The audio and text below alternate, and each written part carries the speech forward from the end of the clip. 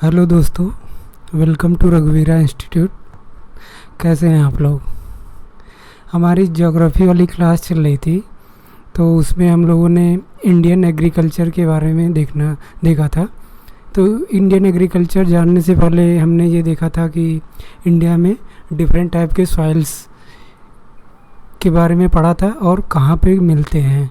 क्योंकि मैंने बताया था कि जहाँ पे जिस टाइप का सॉइल्स होता है और वहाँ पे जैसी हम एग्रीकल्चर की फैसिलिटी प्रोवाइड करवाएंगे, इरिगेशन के थ्रू रहेगा या फिर रेनफॉल के थ्रू, तो वहाँ पे उस टाइप का एग्रीकल्चर होता है। तो इसी के क्रम में हम लोगों ने देखा था कि इंडिया में डिफरेंट टाइप के सॉइल्स कौन कौन से होते हैं।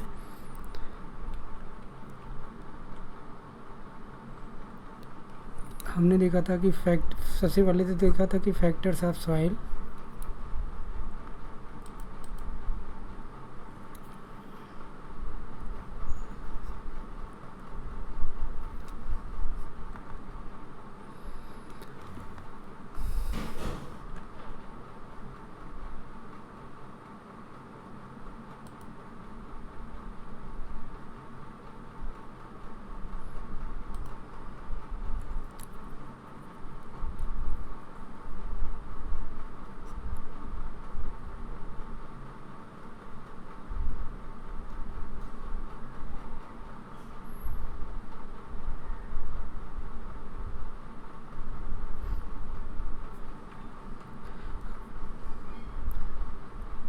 तो सबसे पहले हम लोगों ने देखा था कि फैक्टर्स ऑफ सॉइल, सॉइल में मतलब कि सॉइल बनने के लिए क्या क्या होते हैं। तो इसमें मैंने बताया था कि रेनफॉल चाहिए होता है, स्लोप कैसा है या पेरेंट रॉक कैसा है, उन सब चीज़ों से डिसाइड होता है कि हमारा सॉइल कैसे था।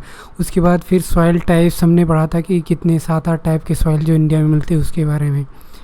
ये दोनों का आपस में ही कंबाइंड थे। उसके बाद सॉइल के बनने के बाद हमने सॉइल का इरोजन देखा था कि सॉइल इरोड कितने तरीके से हो सकती है, और इरोजन के बाद देखा था अगर वो इरोड हो जाए तो हम उसको कंजर्व कैसे करते हैं। तो ये सॉइल कंजर्वेशन के अंतर्गत हम लोगों ने पढ़ा था। ये हम लोगों ने देखा था alluvial soil, red soil, black soil, ये सारी चीज़ें हमने देखा था और ये मैप के अकॉर्डिंग हम लोगों ने इसको देखा था। ये सॉइल कंजर्वेशन के अलग अलग मेथड थे। तो पिछली क्लास में हमने इंडियन एग्रीकल्चर स्टार्ट कर दिया था, और यहाँ पे ये जो अलग अलग टाइप के एग्रीकल्चर हैं, जैसे इंडिया में डिफरेंट टाइप के एग्रीकल्चर होते हैं। जैसे शिफ्टिंग एग्रीकल्चर होता है, जो मैंने बताया था कि नॉर्थ ईस्ट वाले रीजन में होता है, जहाँ पे जो शेड्यूल ट्राइब्स के लोग होते हैं वो जंगलों को काट देते हैं और फिर वहाँ पे खेती करते हैं 7-8 साल तक, और उसके बाद जब वहाँ की लैंड इनफर्टाइल हो जाती है तो वहाँ से शिफ्ट हो जाते हैं।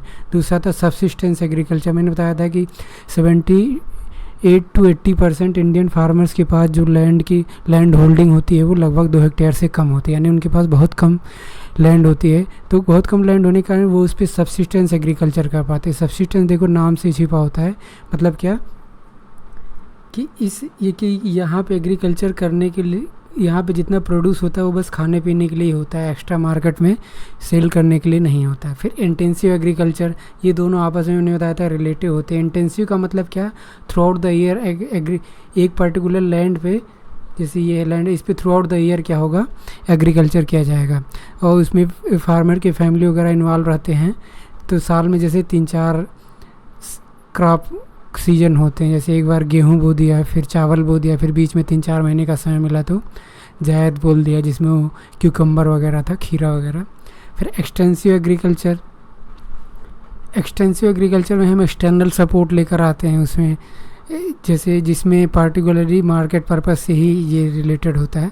प्लांटेशन फार्मिंग, जब एक ही टाइप के क्रॉप एक लार्ज लैंड पे बो दिए जाते हैं। जैसे आपने देखा होगा कि 80-90 बीघा खेत लगातार डायरेक्टली हम उसमें बनाना को ग्रो कर देते हैं, या फिर कोई कॉफ़ी का ट्री लगा देते हैं अगर वहाँ पे वैसा क्लाइमेट है, या फिर क्या कर देते हैं वहाँ पे जैसे गन्ने वगैरह लगा देते हैं, शुगर केन वगैरह। मिक्स्ड फार्मिंग में एग्रीकल्चर प्लस एनिमल हस्बेंड्री दोनों होती है। कॉमर्शियल बहुत ही लार्ज लैंड पे मार्केट पर्पस के लिए किया जाता है।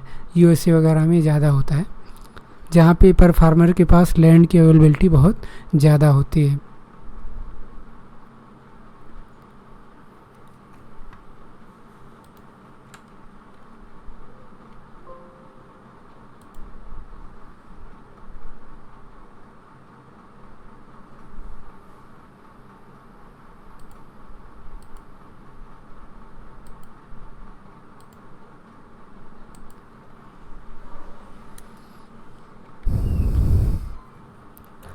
फिर इंडियन एग्रीकल्चर में मैंने कहा था कि इसको हम 4 सब हेडिंग में डिवाइड करके पढ़ सकते हैं। सबसे फर्स्ट हमारा था क्रॉपिंग सीजन।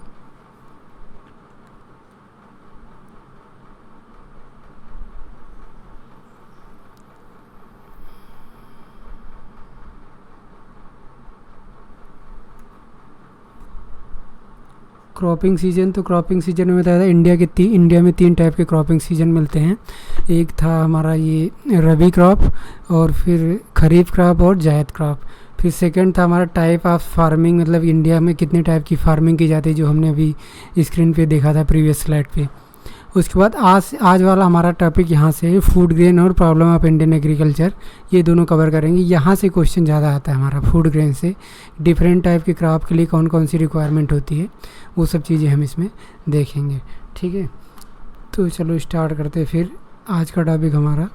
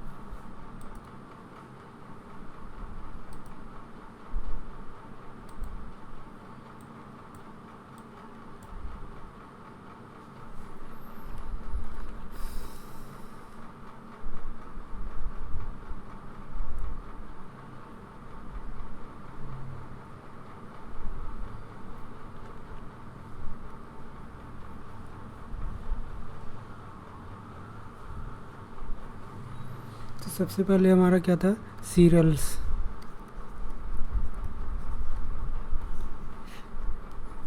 फूड ग्रेन में सबसे पहले हम सीरियल्स देखते हैं। सीरियल्स का मतलब ये होता है कि जैसे जो हमारा राइस हो गया, या वीट हो गया, या और कोई कोर्स ग्रेन हो गया। कोर्स ग्रेन का मतलब आप नाम सुनते हो, जैसे ज्वार, बाजरा, मैज, मक्का, इसके मक्का बोलते हैं, रागी, ये सब आते हैं कोर्स ग्रेन के अंदर। तो इंडिया में जो हमारा टोटल जो फूड ग्रेन का प्रोडक्शन किया जाता है एग्रीकल्चर में, उसका लगभग 54% जो होता है उस पे सीरियल्स बोए जाते हैं। और बाकी के लैंड पे जो है वो फोडर वगैरह, जो भैंसों के लिए, गाय वगैरह के लिए चारे वगैरह होते हैं, फोडर्स वगैरह, वो सब यूज किए जाते हैं बाकी के लैंड में। लेकिन ज़्यादातर लैंड में सीरियल, तो आपको बस इतना पता होना चाहिए 54% लैंड में ये सीरियल्स का प्रोडक्शन होता है। अब हम इसमें क्या करेंगे, एक एक करके एक एक चीज़ को देखेंगे जो मेन हमारे इम्पोर्टेंट हैं। तो सबसे पहले हम इसमें देखते हैं राइस के बारे में।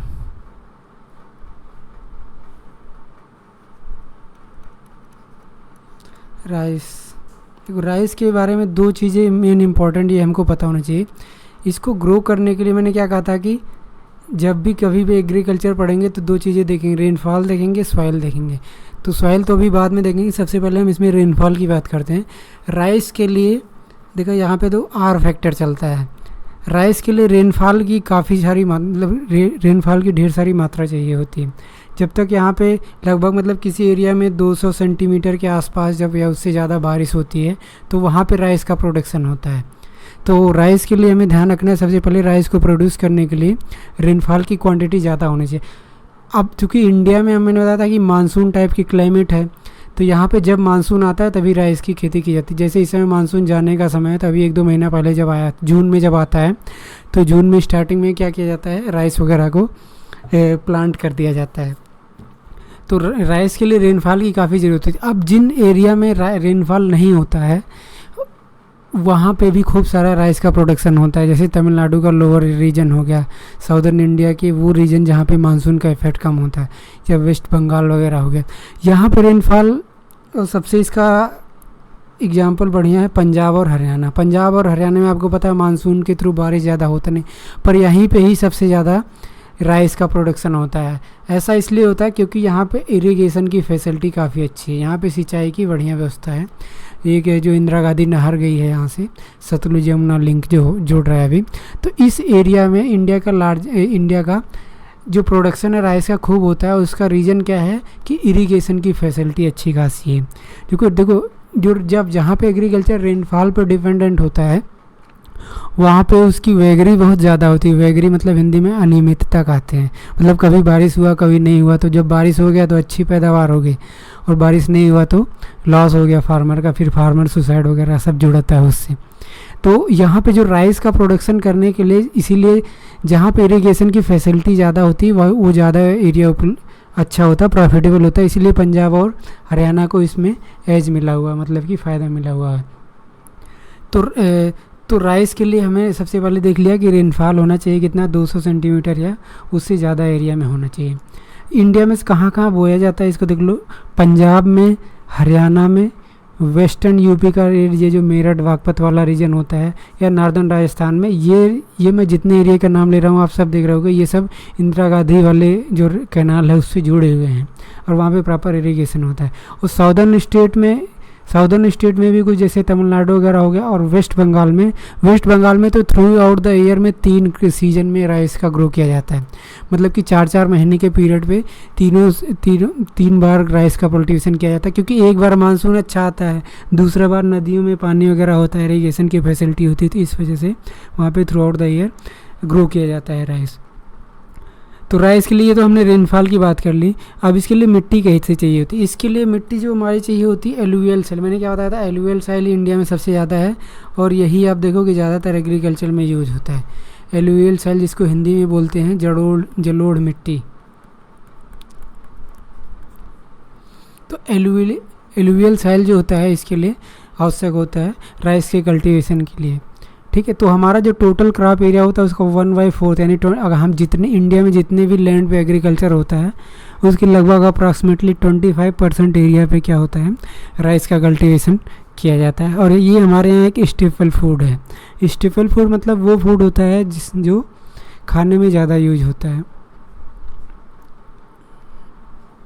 ये एक्चुअली यहाँ पे ये ग्रीन रिवोल्यूशन से जुड़ा हुआ है। ये अभी हम थोड़ा बाद में देखेंगे प्रॉब्लम ऑफ एग्रीकल्चर में।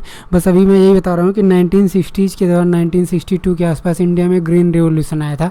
तो उस समय ही राइस का cultivation high HVY seed, hybrid variety seeds वगैरह आए थे इंडिया में, और उसी के थ्रू पंजाब वगैरह में राइस का कल्टीवेशन बढ़ा था। अब ग्रीन रिवोल्यूशन के बारे में अभी हम नेक्स्ट टॉपिक में पढ़ेंगे, तो हम उसमें देखेंगे कि इसके फ़ायदे नुकसान भी देखेंगे जब हम प्रॉब्लम ऑफ एग्रीकल्चर में पढ़ेंगे। ठीक है, तो ये हो गया, हम बात कर लिए राइस के लिए। तो राइस के कल्टीवेशन के लिए 3-4 चीज़ें हमें ध्यान रखनी। सबसे पहले क्या, रेनफॉल अच्छी खासी होनी चाहिए, ग्रेटर देन 200 सेंटीमीटर। दूसरा क्या है, एलुवियल सॉइल होना चाहिए। तीसरा क्या है, ये उन्हीं एरिया में होगा जहाँ पे ह्यूमिड क्लाइमेट होगा। ह्यूमिड समझ रहे हो, बारिश जहाँ पे होगा। ड्राई वाले रीजन में कम होता है। ड्राई वाले रीजन में वहाँ पे होगा जहाँ पे इरिगेशन की काफ़ी सारी सुविधाएं हैं, क्योंकि वैसे भी इंडिया बहुत ज़्यादा पानी खर्च करता है चावल को प्रोड्यूस करने में। ठीक है, तो ये है राइस के बारे में। इसके ज़्यादा राइस के बारे में हमें जानने की कोई ज़रूरत नहीं है। एरिया आपने देख लिया, क्या क्या कंडीशंस होता है वो हमने देख लिया।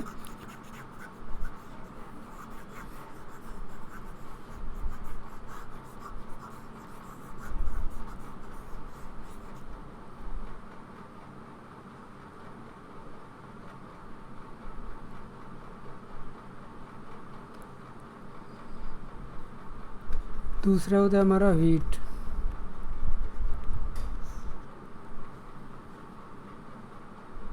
सबसे पहले इसमें ध्यान रखना, ये एक टेम्परेट जोन की, ये एक टेम्परेट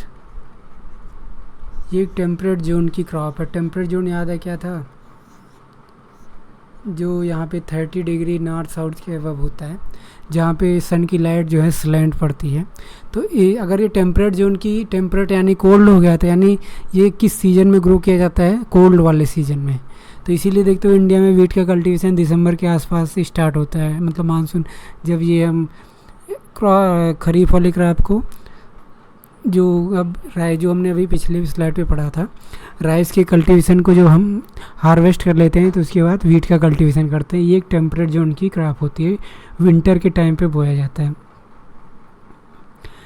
वीट के बारे में एक इम्पॉर्टेंट चीज़ ये है कि इंडिया का जो, अगर आप इंडिया का मैप देखोगे, इसमें हालांकि मैप बहुत अच्छे से बनेगा नहीं, बहुत ही गंदा बनेगा, पर ये जान लो मैं पूरे ये नॉर्थ की बात कर रहा हूँ। तो इंडिया में जैसे राइस तो मैंने बताया था साउदर्न एरिया में भी बोया जाता है, लेकिन जो वीट होता है ये केवल 85 to 90% जो है इसका कंसंट्रेशन कहाँ पे है, इंडो गैंगेटिक प्लेन में है, यानी ये जो गंगा रिवर है और उसकी जो सहायक ट्रिब्यूटरीज होती है उसी वाले रीजन में होता है। पंजाब, हरियाणा, उत्तर प्रदेश, बिहार, राजस्थान, इन सब एरिया में वीट का कल्टीवेशन होता है। पंजाब और हरियाणा और वेस्टर्न यूपी इसमें भी आगे है, सबसे आगे है।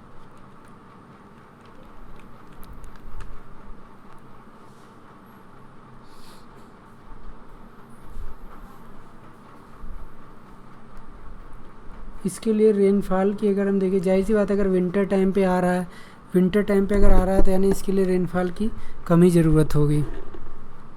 तो इस पे अप्रॉक्सीमेटली इसमें रेनफॉल जो है 100 से 200 सेंटीमीटर के बीच अगर होती है तो वो उतना सफिशिएंट होता है वीट के कल्टीवेशन के लिए।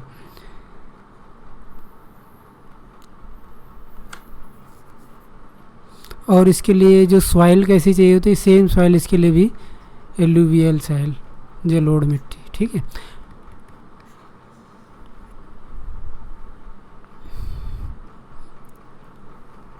तो ये तो वीट क्या है, रबी की क्रॉप, रबी क्रॉप है या खरीफ क्रॉप है। हमने देखा था पिछली क्लास में रबी क्रॉप है, क्योंकि ये विंटर टाइम पे है रबी क्रॉप। और दूसरी रबी क्रॉप क्या था, एक तो वीट था, दूसरा क्या था, मस्टर्ड था, और ये चना वगैरह, ये सारी चीज़ें थी, पिछली क्लास में देख लेना। तो ये दो मेजर क्रॉप थे हमारे, ये इसके इंडिया के जो ग्रोविंग सीजन के टाइम के होते हैं, ठीक है। अब उसके बाद इसमें अब हम कोर्स ग्रेन की बात करते हैं।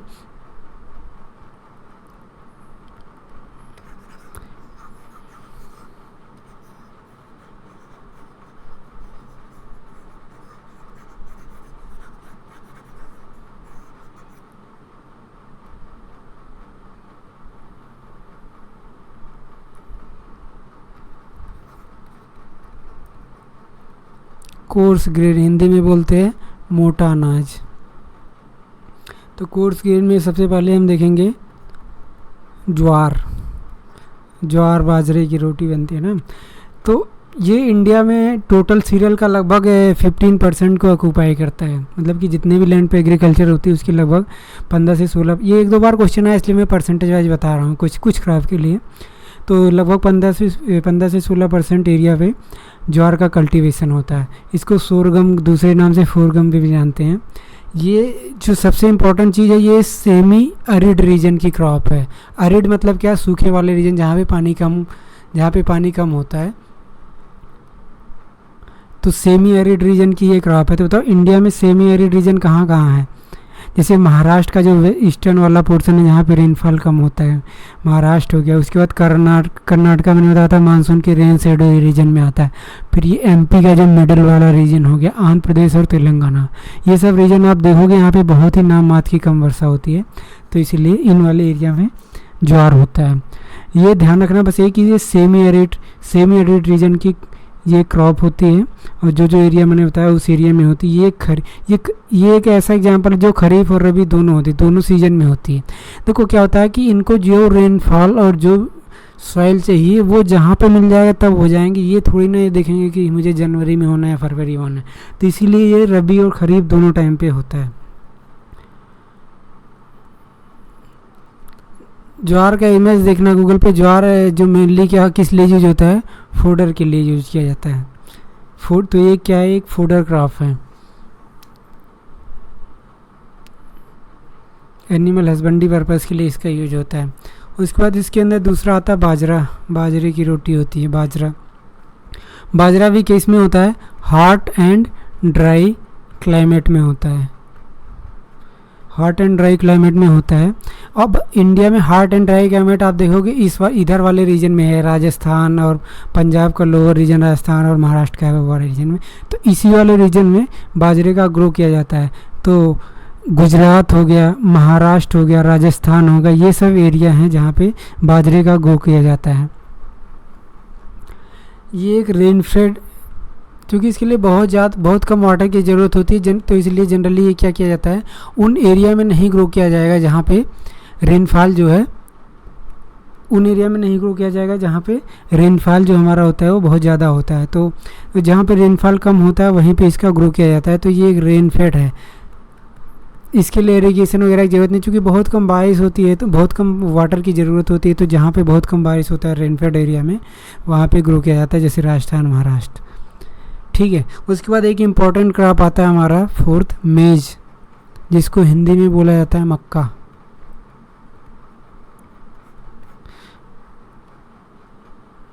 इसका फूड और फोडर, ये क्वेश्चन यूपीएससी में एक बार आ चुका है। इसका इस्तेमाल फूड और फोडर दोनों क्रॉप के रूप में यूज किया जाता है। मतलब इसका जो वो आपने देखा होगा कि जो हम पॉपकॉर्न खाते हैं तो वो तो जो ह्यूमन के लिए होता है, लेकिन इसका बाकी का जो पूरा ट्री होता, पेड़ होता है, वो उसको कौन यूज करते हैं, उसको एज ए चारा फोडर यूज किया जाता है। तो इंडिया में बहुत ही कम एरिया में, लगभग 3% एरिया में इसका प्रोडक्शन किया जाता है। और ज़्यादातर ये क्या है, नॉर्थ ईस्टर्न वाले रीजन में ये भी है, क्योंकि उतना ज़्यादा वाटर की ज़रूरत होती नहीं है। तो मध्य प्रदेश, महाराष्ट्र, मध्य प्रदेश के बीच वाले रीजन, आंध्र प्रदेश, राजस्थान, यूपी, उन सब एरिया में जहाँ पे बारिश की मात्रा बहुत कम होती है, इसकी यील्ड भी बहुत ही कम होती है। ज़्यादातर इंडिया में इंपोर्ट होता है यहाँ से। ये मेज का सबसे बड़ा प्रोडक्शन यूएसए में होता है। यूएसए में जो मैंने बताया नहीं था, टेम्परेट ग्रास होती है, प्रेरी, उसको काट के वहीं पे ही तो मेज और वीट का कल्टीवेशन किया जाता है। और फिर वहाँ पे वो मेज का कल्टीवेशन आदमी को खिलाने के लिए नहीं, जानवरों को खिलाने के लिए किया जाता है। फिर उनकी एनिमल फैटनिंग की जाती है, फिर उनका स्लाउटरिंग होती है, और फिर जो मीट वगैरह का प्रोडक्शन होता है वो सब बेचा जाता है पूरे इंडिया। बहुत बड़ी इंडस्ट्री होती है शिकागो वगैरह में। अब आता है हमारा एक इम्पॉर्टेंट क्रॉप, पल्सेस, दाल। से पल्सेस प्रोटीन का बहुत अच्छा सोर्स है। ये हमें सबसे पहले से, जो वेजिटेरियन वाले हैं उनके लिए प्रोटीन का मेजर सोर्स है पल्सेस। ठीक है, रिच सोर्स है प्रोटीन। ये कहाँ पे मिलता है, ये मिलता है लेग्यूम क्रॉप में।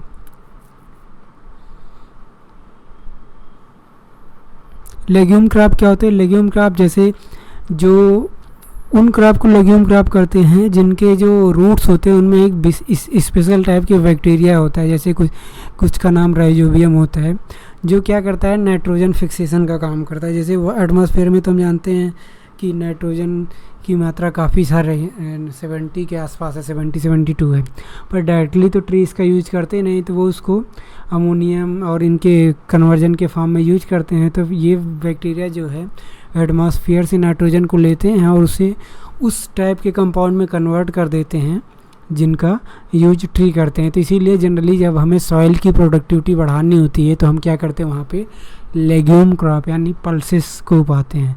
तो सॉइल कंजर्वेशन का ये भी, पल्स को ग्रो करना भी सॉइल कंजर्वेशन का एक तरीका होता है।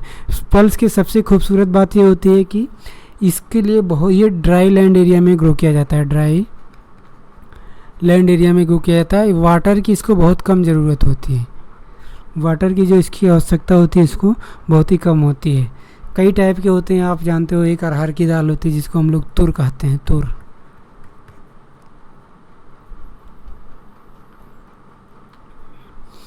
ये था हमारा मेन पल्सेस के बारे में। एक हमारा इम्पोर्टेंट क्रॉप और होता है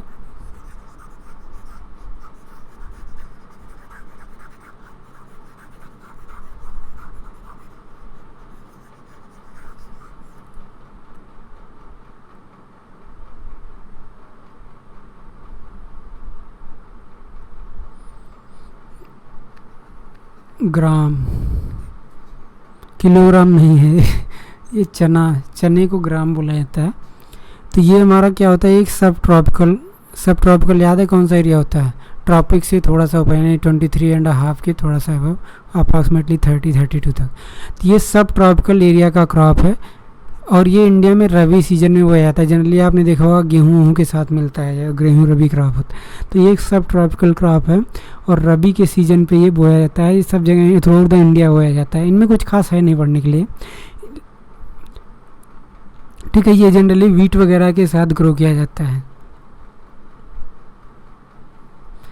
ये भी एज अ पल्स यूज किया जाता है। इससे पहले हमने देखा था तुर जो अरहर होता है वो भी पल्स के तौर पे भी यूज किया जाता है। जो तुर अरहर होता है उसको रेड ग्राम भी कहते हैं, पिजियन पी भी कहते हैं। पिजियन पी, रेड ग्राम, इसके दो नाम और होते हैं, पता चले नाम में ही कभी कभी फंसा देते हैं।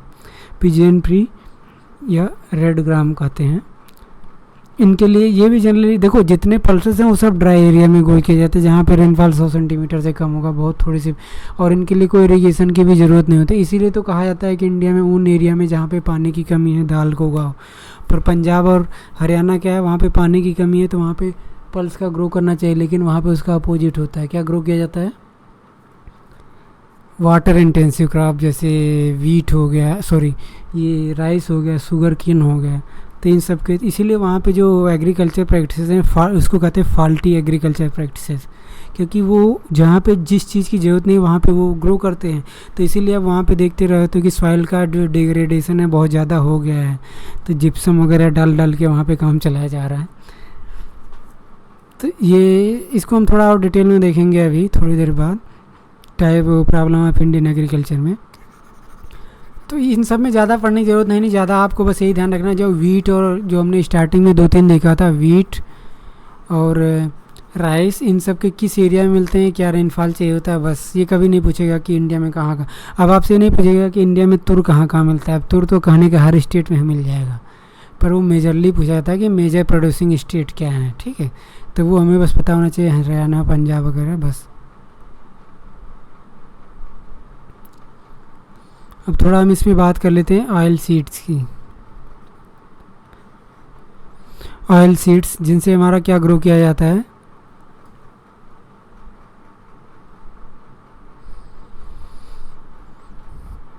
दाल बनाए, सॉरी जिससे हम लोग ये खाने के लिए तेल वगैरह जो यूज होता है उससे यूज किया जाता है।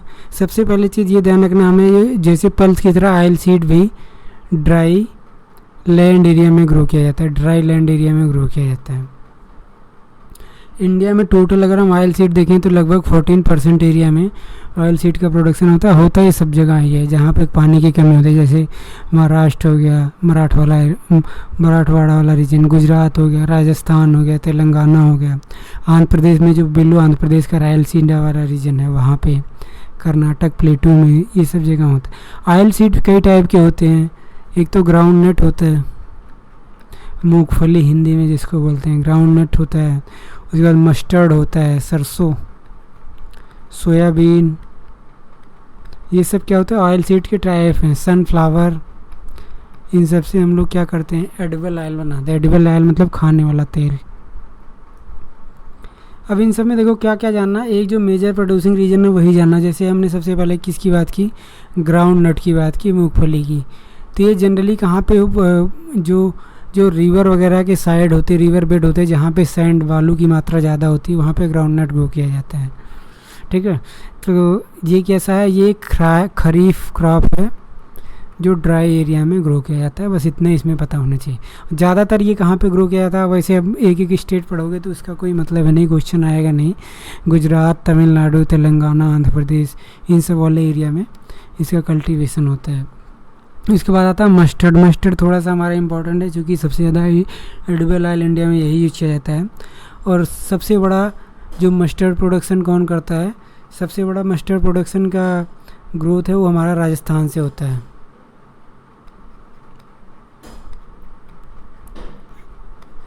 राजस्थान, ये मैं ध्यान रखें, ये अप्रॉक्सीमेटली 35% टोटल मस्टर्ड का यहीं पे प्रोडक्शन करता है राजस्थान। उसके बाद सोयाबीन की बात करूँ तो सोयाबीन के समय एक चीज़ ध्यान रखना बस, कि सबसे ज़्यादा एमपी और महाराष्ट्र इन दो जगह जो है मेनली सोयाबीन का 80 to 90% कल्टीवेशन होता है।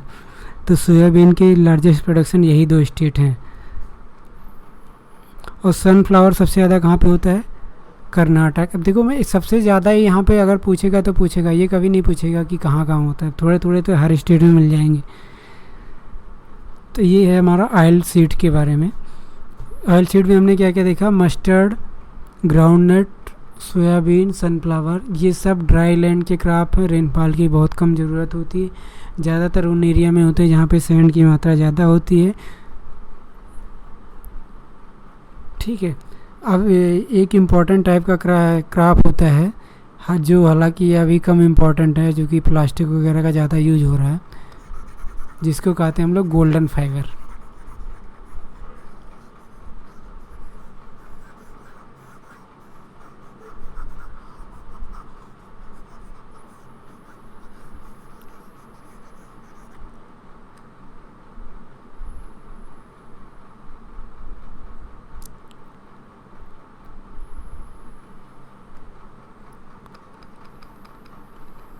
फाइबर क्रॉप्स जिनमें फाइबर रेसे होती है उन सबको कहते हैं। तो बताओ किन में रेसे होती है, एक तो कॉटन होता है और क्या होता है, जूट होता है। यही दो चीज़ें हमें पढ़नी, यही दो चीज़ें होती हैं इंडिया में। और ये दोनों ही चीज़ें इंपॉर्टेंट हैं एग्ज़ाम के पॉइंट ऑफ व्यू से, क्योंकि दोनों ही पूछी जाती हैं। तो सबसे पहले कॉटन की बात करते हैं। जब हमने सॉइल पढ़ा था तो मैंने एक बात की थी ब्लैक या रेगुड सॉइल की, तभी मैंने बताया था ब्लैक सॉइल में ही कॉटन मिलता है। और इंडिया में ब्लैक सॉइल ज़्यादातर कहाँ मिलते हैं, अगर आप मैप वाइज इंडिया का देखोगे, इस पर मैप बनाना बहुत मुश्किल होता है, वैसे बोर्ड पे बहुत आसानी से बन जाता है। तो ये वाला इंडिया का रीजन जो होता है, ये डेक्कन प्लेटू वाला, डेक्कन ट्रैप वाला रीजन, वहाँ पे ब्लैक सॉइल मिलता है। ये अगर मैं नाम लूँ कहाँ कहाँ, महाराष्ट्र हो जाता है, महाराष्ट्र हो गया, गुजरात का रीजन हो गया, आंध्र प्रदेश का अब वाला, कर्नाटक और तमिलनाडु का पर, ये 3-4 एरिया होते हैं जहाँ पे ब्लैक सॉइल मिलता है। मेजरली महाराष्ट्र और गुजरात, ध्यान देना आपको, यही दो चीज़ें मेजर होती हैं जहाँ पे इंडिया का कॉटन का प्रोडक्शन सबसे ज़्यादा होता है, क्योंकि यहीं पे सबसे ज़्यादा ब्लैक सॉइल मिलती है। तो कॉटन, सबसे पहले सॉइल की बात तो हो गई। अब कॉटन के दूसरी अगर मैं रेनफॉल की बात करूँ तो ये एक ट्रॉपिकल क्रॉप है। ट्रॉपिकल क्रॉप है तो ट्रॉपिक से सोचो, यानी इसके लिए सनलाइट की बहुत ज़्यादा ज़रूरत होती है। आप देखते होगे कॉटन का, अगर आपने कभी सीड देखा होगा तो उसमें बीच से वो बिल्कुल वो ब्रेक हो जाता है और बीच से कॉटन निकलता है, ब्लैक वाला जो उसका सीड होता है ब्रेक हो जाता है। तो वो धूप लगने से ही अच्छे तरीके से वो फूल खिल पाता है। तो इसीलिए कॉटन के लिए, कॉटन एक ट्रॉपिकल क्रॉप होता है जो इंडिया में कहाँ कब ग्रो किया जाता है, खरीफ टाइम पे। इसके लिए अच्छी खासी सनलाइट चाहिए होती है, बारिश स्टार्टिंग में चाहिए होती है, लेकिन बाद जैसे जो शुरू में ग्रो करने के लिए थोड़ी बहुत बारिश चाहिए होती है, लेकिन बाद में बारिश की बिल्कुल ज़रूरत नहीं होती। अगर बारिश हो गई तो ये चौपट हो जाएगा। तो इसीलिए कॉटन उन एरिया में मिलता है ट्रॉपिकल के जहाँ पे हमारा अच्छी खासी सनलाइट होता है, जैसे महाराष्ट्र गुजरात वाले रीजन में जहाँ पे रेनफॉल कम होता है और धूप ज़्यादा रहती है। आजकल उन एरिया में ज़्यादा होता है जहाँ पे बारिश नहीं होता है, क्योंकि बारिश से क्या होता है, इसको लॉस ज़्यादा होता है। लेकिन जब इरिगेशन की फैसिलिटी रहती है तो हम अपने अनुसार उसमें ग्रो कर सकते हैं। तो इसीलिए ज़्यादातर ये इंडिया में कहाँ पे ग्रो किया जाता है, आजकल इरिगेटेड वाले एरिया में ज़्यादा ग्रो किया जाता है, क्योंकि ज़रूरत के हिसाब से पानी दे देंगे और सनलाइट तो मिलती रहेगी। तो इसीलिए आजकल महाराष्ट्र में कम प्रोडक्शन है और इसका जो कल्टीवेशन है ज़्यादातर किधर शिफ्ट हो रहा है, साउथ की तरफ, ये कर्नाटक वगैरह वाले रीजन में। तो ये था हमारा कॉटन के बारे में। अगर मैं जूट की बात करूं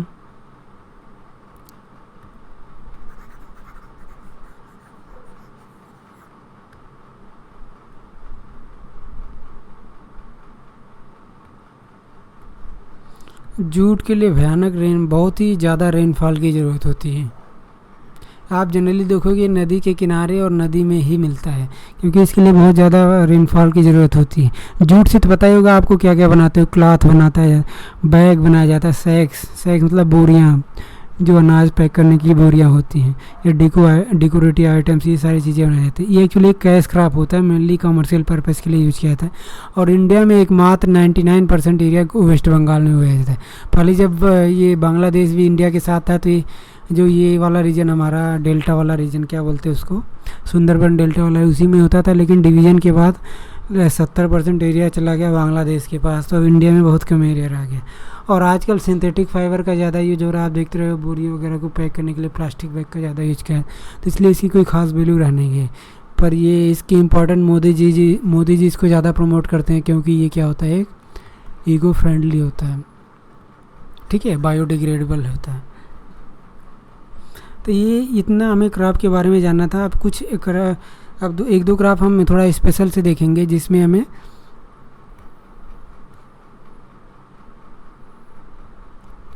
जो हमारे एग्ज़ाम में पूछे जाते हैं। सबसे पहले शुगर केन होता है, गन्ने के लिए भी, अब गन्ने में रस होता है तो याद करो रस होगा यानी पानी होगा, यानी इसके लिए अच्छे खासी रेनफॉल की ज़रूरत होती है। 200, ये उसी टाइप के रेनफॉल में मिलता है जैसे जो हमारा राइस मिलता है। तो ये एक ट्रॉपिकल एरिया का फ्लॉट है। ये अब इतनी बारिश तो इरिगेशन से हो नहीं पाती, और जहाँ पे इतनी बारिश इरिगेशन से करोगे वहाँ पे फिर ग्राउंड वाटर का डिप्लेशन होगा, इसीलिए इसको रेनफेड क्रॉप बोला जाता है। रेनफेड एरिया में ह्यूमिड वाले कंडीशन में ग्रो होता है, जहाँ पे बारिश अच्छी खासी हो जाती है। अब इंडिया में सोचो कहाँ पर बारिश अच्छी खासी हो जाती है। देखो इंडिया में अगर हम पहले हिस्टोरिकली देखें तो ज़्यादातर ये उन्हीं एरिया में होता था, साउथ के, जैसे केरला वाले थोड़ा सा पोर्शन हो गया, तमिलनाडु के वो वाले रीजन जहाँ पे ठंडी कोल्ड में बारिश होती है। लेकिन आजकल इसका भी जो पैटर्न है वो बिल्कुल शिफ्ट हो चुका है। महाराष्ट्र इसका, पहले यूपी और महाराष्ट्र दो ही इसके लार्जेस्ट प्रोड्यूसर हुआ करते थे, अभी भी सबसे ज़्यादा ही हैं। लेकिन अब प्रोडक्शन साउथ की तरफ शिफ्ट हो रहा है, क्योंकि वहाँ पे इरिगेशन की सुविधाएं बढ़ रही हैं, तो इसलिए वहाँ पे प्रोडक्शन ज़्यादा होता है। हालांकि अभी भी हाईएस्ट प्रोडक्शन इसका यूपी में होता है और उसके बाद महाराष्ट्र में होता है। तो सबसे ज़्यादा आपसे हाईएस्ट ही पूछेगा तो बता दें यूपी है, ठीक है, उसके बाद महाराष्ट्र है। साउदर्न एरिया के जो गन्ने होते हैं बिल्कुल ब्लैक कलर के मोटे मोटे होते हैं, जिनमें जो जूस की मात्रा होती है बहुत ज़्यादा होती है। नॉर्दर्न इंडिया के बिल्कुल पतले गन्ने होते हैं, पोली वाले, ठीक है। तो इसीलिए साउदर्न इंडिया के गन्ने जो होते हैं उनकी प्रोडक्टिविटी ज़्यादा होती है, क्योंकि वो इरिगेशन से होते हैं, बढ़िया खूब पानी होता है। और नॉर्थ इंडिया वाले जो गन्ने होते हैं वो रेनफॉल पे डिपेंड करते हैं। तो ये ध्यान रखना, आप साउथ में इसका कल्टीवेशन शिफ्ट हो गया इरिगेशन के कारण, कर्नाटक, तमिलनाडु और तेलंगाना वाले रीजन में, ठीक है। ये फूट लूज इंडस्ट्री होती है। फूट लूज इंडस्ट्री मतलब क्या होता है, सॉरी फूड लूज मैं कह रहा हूँ, ये क्या होता है, फूड लूज नहीं, इसके लिए दूसरा वर्ड होता है जिसको हम लोग कहते हैं कि weight lose industry. Weight lose, गन्ने का क्या होता है, वेट लूज होता है, इसमें जो सुक्रोज का कंटेंट होता है वो रखे वेट लूज होता रहता है। इसीलिए जनरली हम जब इसकी कटाई करते हैं तो तुरंत ये मिल में पहुंच जाना चाहिए गन्ना से शुगर बनाने के लिए, नहीं तो फिर वो उसको लॉस हो जाता है। तो ये था शुगर केन के बारे में। एक हम टी के बारे में देख लेते हैं। टी एक प्लांटेशन क्रॉप है।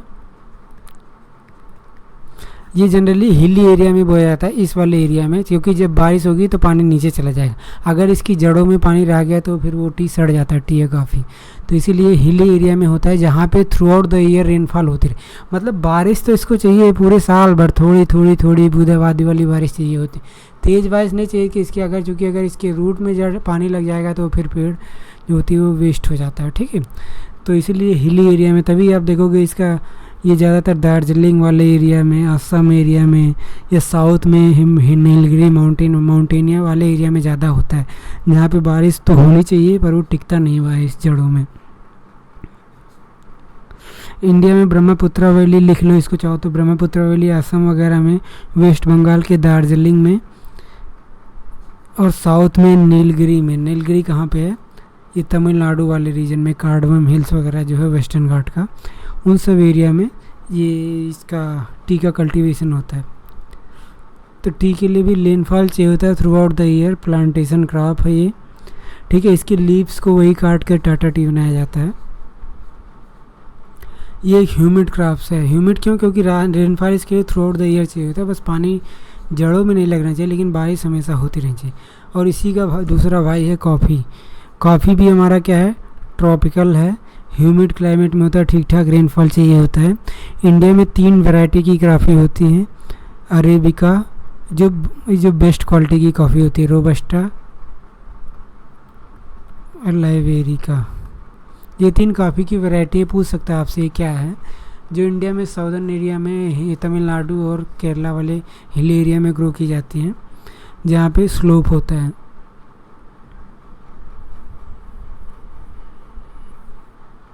अरेबिका जो होते हैं हाईएस्ट क्वालिटी की कॉफ़ी होती है। ये होते कहाँ? लिख लो इसको, कर्नाटक में, केरला में, तमिलनाडु में। तो कर्नाटक ही ज़्यादातर, लगभग 70% कॉफ़ी कर्नाटक ही ग्रो करता है। और टी सबसे ज़्यादा कहाँ पे होता है?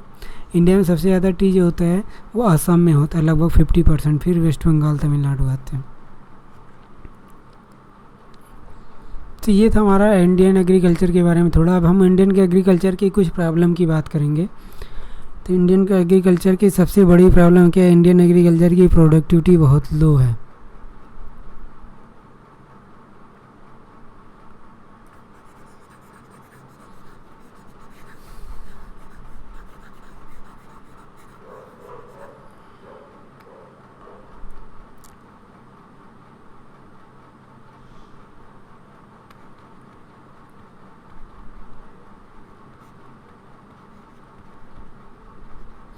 प्रॉब्लम्स ऑफ इंडियन एग्रीकल्चर, भारतीय कृषि की सबसे बड़ी है लो प्रोडक्टिविटी।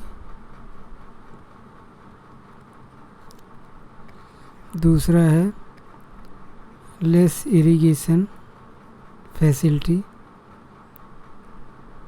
तीसरा क्या है? High input cost. और चौथा क्या है?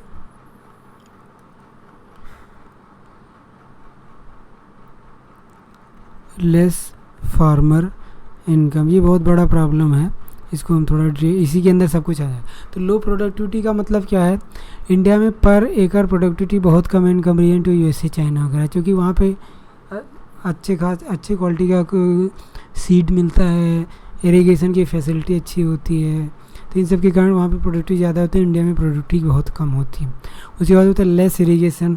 इंडिया का टोटल 45% एरिया, जितने एरिया पे एग्रीकल्चर होता है 55% वो भगवान भरोसे होता है, मतलब एग्रीकल्चर रेनफॉल पे डिपेंड करता है। और 45% एरिया पे ही केवल इरिगेशन की फैसिलिटी, सिंचाई की सुविधा उपलब्ध है। फिर हाई इनपुट, इंडिया में जो फार्मर के लिए इनपुट कास्ट होता है एग्रीकल्चर को ग्रो करने के लिए बहुत ज़्यादा होता है। फर्टिलाइज़र कास्ट होता है, सीड का कास्ट होता है। बड़ी बड़ी मल्टीनेशनल कंपनियां होती हैं, उनसे सीड खरीदने में उनके प्राइस काफ़ी ज़्यादा होते हैं। उसके बाद मशीन यूज करने के लिए, ट्रैक्टर वगैरह यूज करने के लिए तो इनपुट कास्ट बहुत ज़्यादा बढ़ जाती है। उसके बाद इरिगेशन पे ज़्यादा डिपेंड करने के कारण लॉस भी बहुत ज़्यादा होता है। तो लॉस होता है, फिर फार्मर सुसाइड वाला प्रॉब्लम आता है फार्मर का। उसके बाद फोर्थ है लेस फार्मर इनकम। फार्मर की इनकम कम है, एक तो रीज़न यही होगा इनपुट कास्ट ज़्यादा है और आउटपुट कास्ट कम है, मार्केट फेलियर होता है।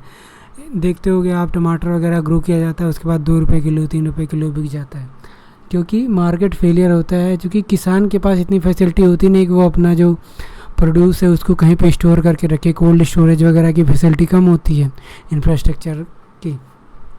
तो जैसे ही प्रोड्यूस होता है उसको तुरंत बेचना पड़ता है, नहीं तो क्या होता है वेस्ट हो जाएगा। और उस समय मार्केट में सभी अपना लेके पहुंच जाते हैं, तो इसलिए दाम कम हो जाते हैं और कम दाम पे बेचना पड़ता है।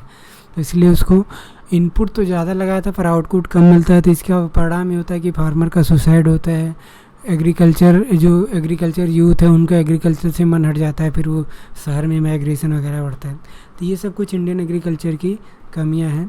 तो हम यहीं पे आज स्टॉप करते हैं। हमारी इंडियन एग्रीकल्चर कंप्लीट हो गया है। अब नेक्स्ट क्लास में हम अगले टॉपिक से स्टार्ट करेंगे, कुछ नया स्टार्ट करेंगे, क्योंकि ये ज्योग्राफी वाला हमारा मेजर पोर्शन फिनिश हो गया है। ठीक है, ओके बाय।